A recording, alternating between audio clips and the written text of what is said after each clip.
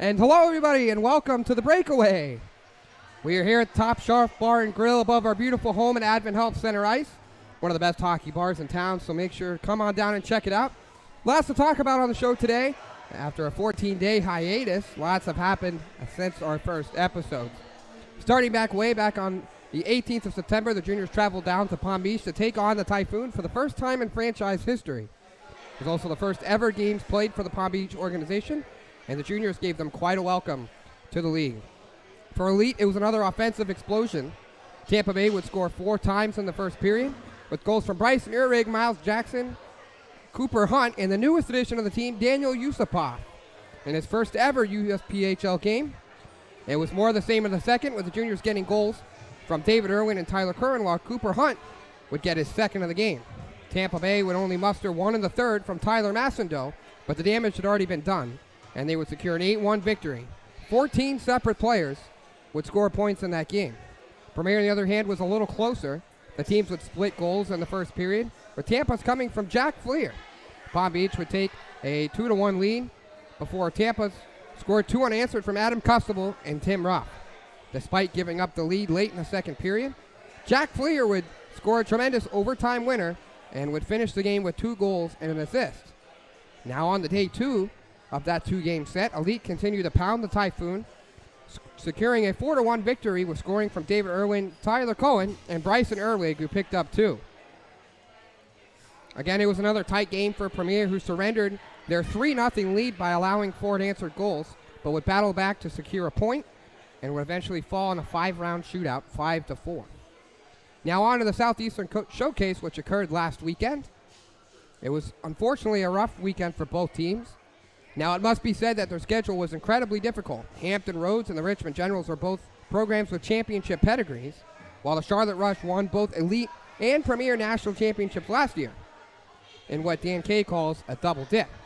Both teams went 1-3 on the weekend, with Elite earning a 5-2 win over the Hampton Roads Whalers, and Premier getting a big 3-2 OT victory over the defending champions Charlotte Rush. And now here to talk about it all, head coach Garrett Strot.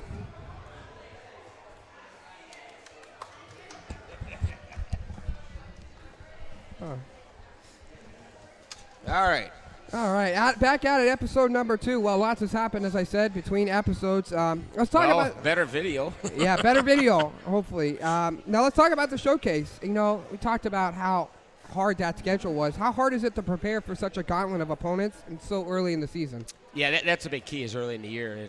You really haven't done anything with your special teams. Guys aren't in shape. Although our guys came to pretty good shape and stuff this year, but they're still getting to know each other and knowing the area. So it's tough. But in the same token, playing the Southeast has always given us that you get to see where you're at right away and kind of take a little barometer where you're at. So it's good that way. All right, now talk about how hard it is to play back-to-back nights, especially at a level like this. But talk about the struggles of playing 2 games in a single day and then going on to play 3 and 4 days. Yeah, that's the biggest thing. It's just because these guys, conditioning and that, it makes it really tough. That's why the showcase does 17-minute periods and does just a cut and a half way, but that actually helps. That extra 3 minutes each period is a lot. And especially for our younger players, they're not used to 2 hours and 15-minute games, 2.5-hour games. So it's a huge jump for them. And then to play 4 and 3 days is big. But one thing that always benefits us or helps us anyways, we just roll all 4 lines and all 3 sets of Ds. So it's not like we're relying on just 2 lines right away. We let everybody play and roll everybody. Nice. Yeah, so now we know Premier had trouble scoring. They were shut out twice in a 4-game span. But it wasn't for lack of opportunities, was it? No, I'd be honest with you. Our first 2 games, you look at some of this stuff, we actually outshot the other team. We had better scoring chances. We had more chances in the prime areas. Both goalies that we played against played great, and we kind of struggled against, finishing. And, but overall, I liked the way we played, so I wasn't too concerned about it because I know the goals are going to happen. And just with a lot of first-year guys, it takes some time before things start going their way. Right. And then, so what was your biggest takeaway this weekend? I just love the way our guys competed. It's a good group. They played hard all the way, both teams. They didn't get discouraged at any moment of any games. They just kept pushing. And so I was really encouraged with that. I was encouraged with just everyone's attitude on the bench and stuff like that. So, no, I saw a lot of really good things this weekend. Nice. Now we'll talk about some individuals. Anita Skilla, he's got 2 starts. He now holds a 2.54 goals against and a 9.04 save percentage. He started that win against Charlotte. What have you seen for him that you really liked, and what drew you to pick him up here? Yeah, no, he was a player that actually came in our trial last year, and we offered him a spot, but he decided to go back and play AAA, U18 AAA, and then he came again this year, and I know Red, our goalie coach, is really high on him, and yeah, he's been playing really well this year. He's got good athleticism, he's got good height and stuff, so we've been really happy so far the way both goalies have been playing. Yes, I thought he played really well. Had some big saves in that game over Charlotte. Now let's talk about a call-up, Jack Fleer. Guy coming from elite to premier, local kid. He leads the elite. He leads premier in scoring. He's got 4 goals, 2 assists, and 6 points. Talk about how big it is to have guys like him come up from elite and produce at the premier level. Yeah, that's that whole line that came up together as a line, Bahula, Fleer, and Custable, and they've stepped right in. And a lot of it was how they trained last year. And the one thing with Jack is he's got a great work ethic, and he has got a lot of speed, and he's been using his speed. He got that game winner against Palm Beach in overtime, and then this past weekend, we were struggling, and he actually got that first goal for us against Charlotte. And again, it was because of his speed. He was able to get it away from the defenseman and then take it hard to the net, and they were never able to catch him. Awesome. Well, always a pleasure to talk to you, Coach. And, speaking of, we got the Blades coming up this weekend. The Blades Elite finished 4-0 at the Southeastern Showcase. We talked a lot last time we were on how, better they looked with their new head coaching staff. But 4-0 at the Southeastern Showcase? I mean, they did very well, and I give them a lot of credit. Their staff's going to do a good job of getting players. They obviously picked up some more, and they're going to be a whole different team than what we saw the very first game of the year. They only had skated like 3 times prior to that game, so this is going to be a whole different team. I think for both the Premier and Elite, so it should be a good series Friday here and Saturday down at Hertz Arena down in Fort Myers, and also Friday we're kind of doing on in Starkey Ranch neighborhood and trying to get a bunch of people from Starkey Ranch here Friday and give some coupons to kids to try some open skating that maybe never skated before in the future. So it should be kind of fun, and hopefully we get a nice crowd. Yeah, always about that opportunity, trying to get more kids involved in the game. Exactly. Well, thank you very much, Garrett. We appreciate you very much, and we will talk to you Friday. All right, sounds good, Christian. Awesome. Thanks.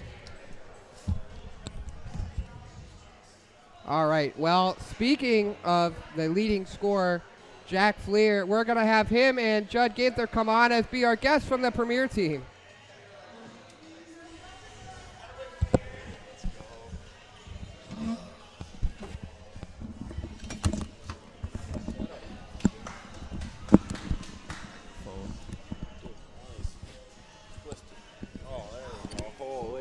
There we go. You guys hear me all right? All right. Here we go. So what's up, boys? How are we doing today? Good. How are you? Good. You guys have a good practice? Yeah, it was a solid one. Good. So we'll start with you, Judd. Tell us about your family in Roseau. Coming down here from Minnesota. How'd you get? Were they a big influence in getting you into hockey? Yeah. My dad was a high school coach up until I was about 10. Then he started coaching me. He played when he was young and just kind of helped push me in that direction. And then it also ultimately led to me coming down here. He knew Garrett beforehand and kind of set up that connection, and now here I am. All right, we're going to exploit that a little bit later. We'll go to you, Jack.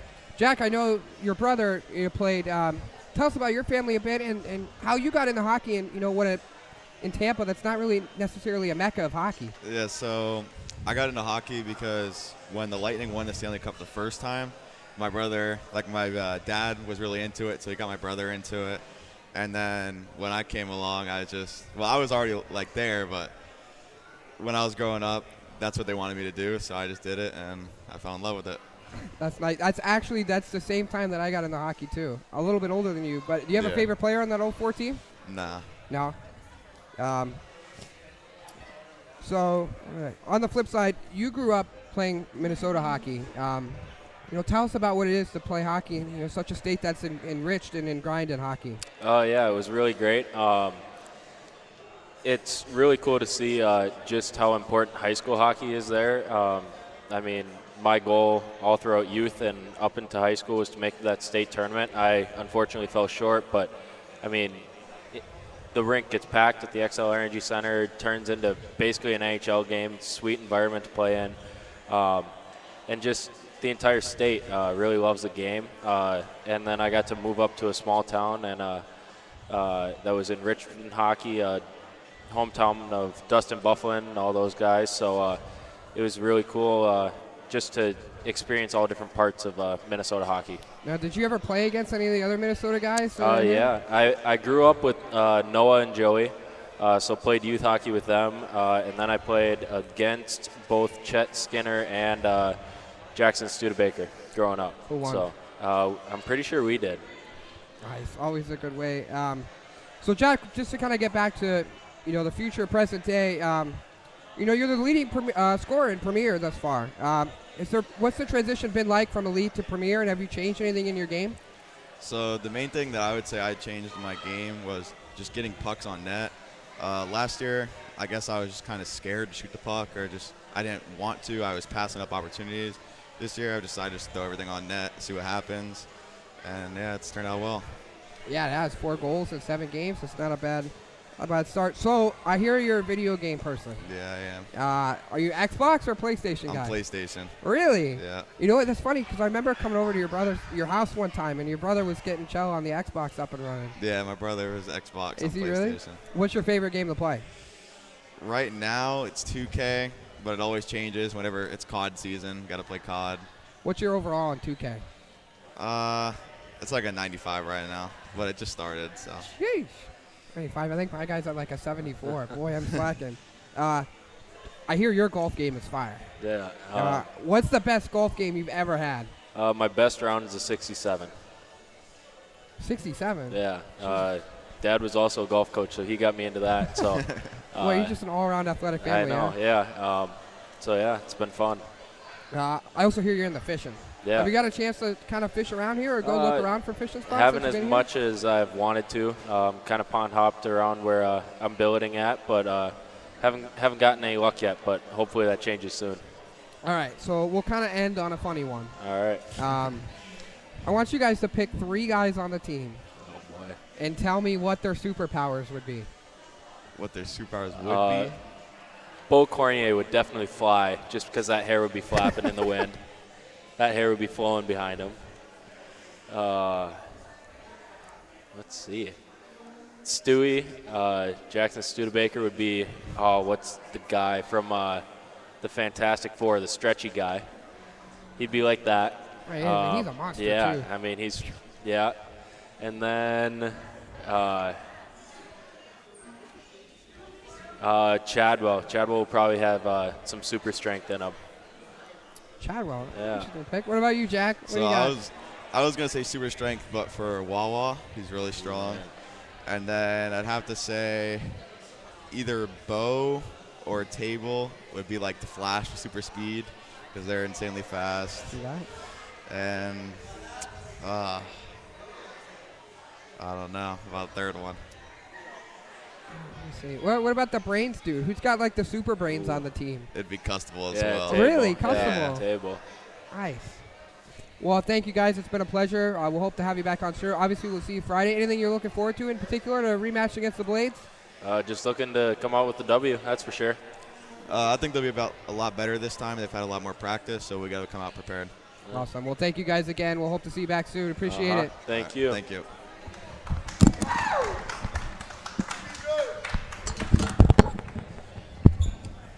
All right. Special thanks to our guests, Jack Fleer and Judd Ginther. Just a reminder here to come check out Top Shelf Bar and Grill above our lovely home. And come check it out tomorrow while we're playing. Definitely tons of beer selections and great food. The food is awesome here, so make sure to stop by. Next up from our elite team, we have got the leading scorer on elite, Bryson Uhrig and Richard Biszant.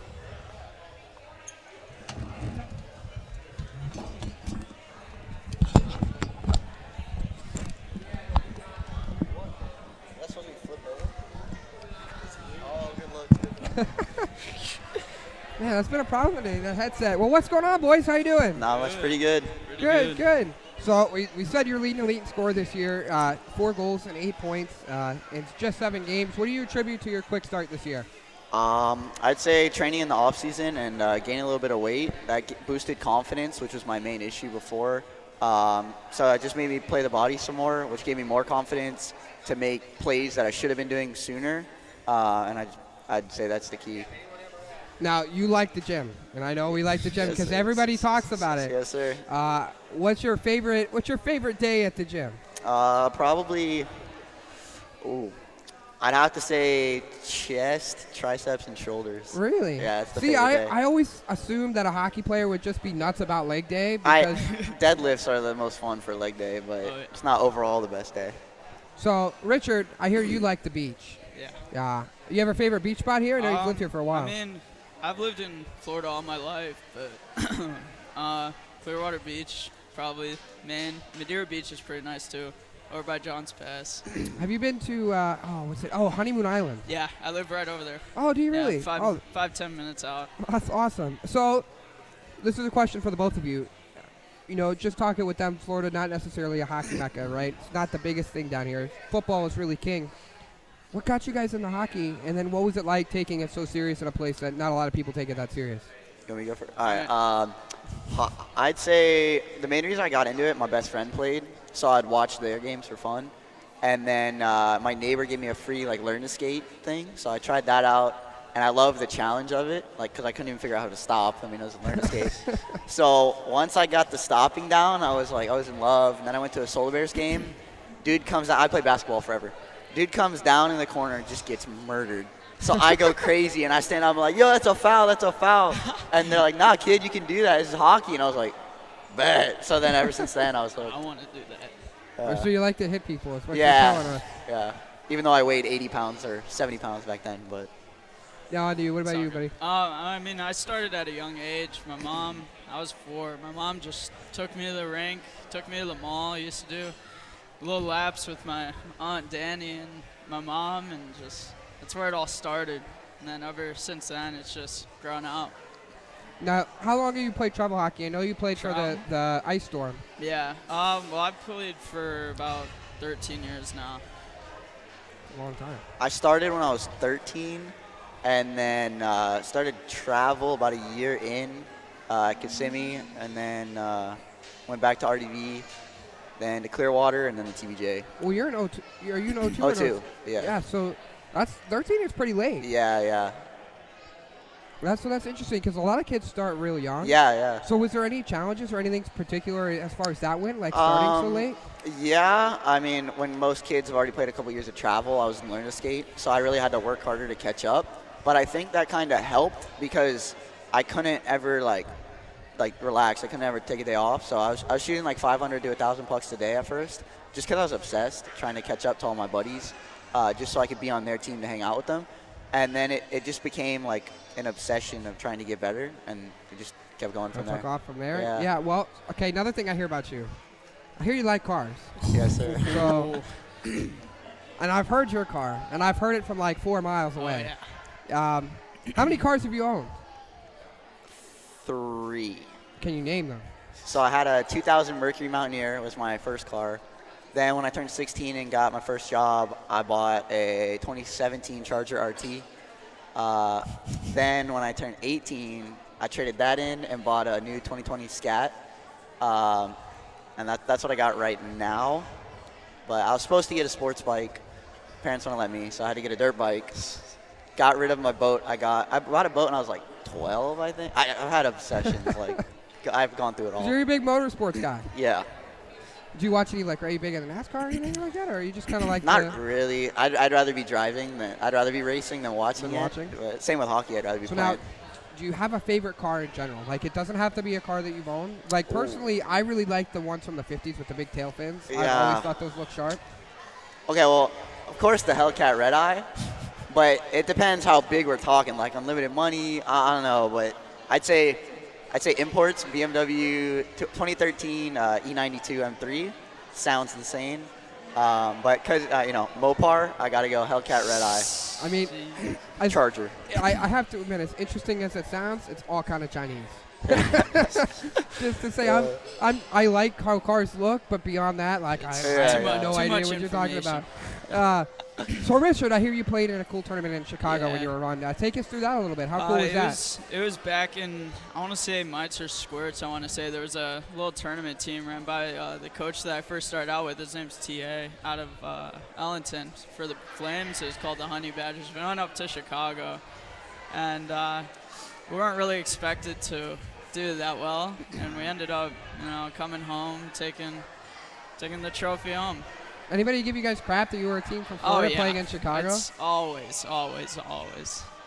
All right, so we'll end on a couple fun ones, just like I did with them. We'll do the same thing. Name 3 guys on the team and tell me their superpower. Superpowers. Okay. Like compare them to a superhero that's already out there? Oh, you can do that, or you can just come up with a superpower that fits one of the guys on the team. Okay, I'd say Duhaime would have to be Scumlord. Oh, yeah. Scum. Dude can hit some Huge devious scum. licks. I'd say Creighton. That kid could confuse himself in his own sentence. I love it. Love that kid. So I feel like he could talk his way out of any situation. And then, who do you think's 3? I don't know. Trying to think of a 3. I mean, you could just use, brains. We need some brains. Jorge's Iron Man. Because he's not. I mean, he's not a small dude, but I mean, he's no Thor, Captain America, and he's got the money, so he's Iron Man all day. All right, Richard. What about you? Well, I mean, unlike him, I'd give Creighton the Hulk. Feel like Facts, yeah. I feel like Big dude? sometimes he's a big 210, fella. 6'3", Oh, 6'2". Yeah. Let's see. I still would give Duhaime strength. Yeah. He has Super strength still. Big I mean, boy. unlike, I know the Hulk strength, same thing, but He's Thor. he's just Fair enough. He's just a lot stronger. Third, I feel like any situation, superhero or not, you need a getaway driver. That's where this guy comes in. that does come That's where that guy comes Baby in. driver. Oh, yeah. All right, last one. I think I know your answer to this already. Oh, gosh. But I'm scared. who wins Survivor TBJ episode? Out of me and him or out of the whole team? No, out of the whole team. Whole team. You go first, because I want to sound like a scumbag. I don't. I want to see what you say. I mean, you got to incorporate life. You got survival, friends, all that. Well, backstabbing Yeah. too. That seems to be a pretty popular thing on Survivor. Do him, Scumlord. Yeah, I wouldn't trust being with him out there. Nah, he's a legend. Yeah, you go. I want to hear this. That's hard. There's a lot. What It's do you got to be think? the whole I know. package. Think about who can survive outdoors, who knows how to cook stuff, who can fish, who can move heavy stuff if they had to. To be 100% honest, out of a whole, it would probably be. I feel like for some reason I'm picking David Irwin. I feel like no. Check Dude me is out here. into Listen to me. nature. Listen to me. I feel like he's never. I mean, he just seems like to me. Yeah, I'd say. I mean, Irwin is kind of dialed with Mother Nature. Yeah. I'm not gonna lie, it's gonna be scumbag, but I'm gonna say me. I'm gonna have to. Why He's you got to give an confident. explanation now. Okay, so I don't know. I just always, since I was little, I've always mowed yards, trimmed trees, done I whatever. did that too. So I still do it. I don't Are we know. mowing lawns on Oh, yeah. Survivor now? Is that what Yeah, we're yeah, playing? yeah, Apparently you gotta exactly. mow You know? lawns. But and I used to be obsessed with fishing. I don't know. I just, for once, I think I got that in the bag. I don't know. I just put Okay. me out there. I got you, coach. Well, that'll be our off-season project. We'll make a whole TBJ All right, bet. Survivor episode. Yeah. All righty, boys. Thank you very much. Perfect. Bryson Thank you. Uhrig Thank you. and Richard Biszant. Thank you. Mopar, baby.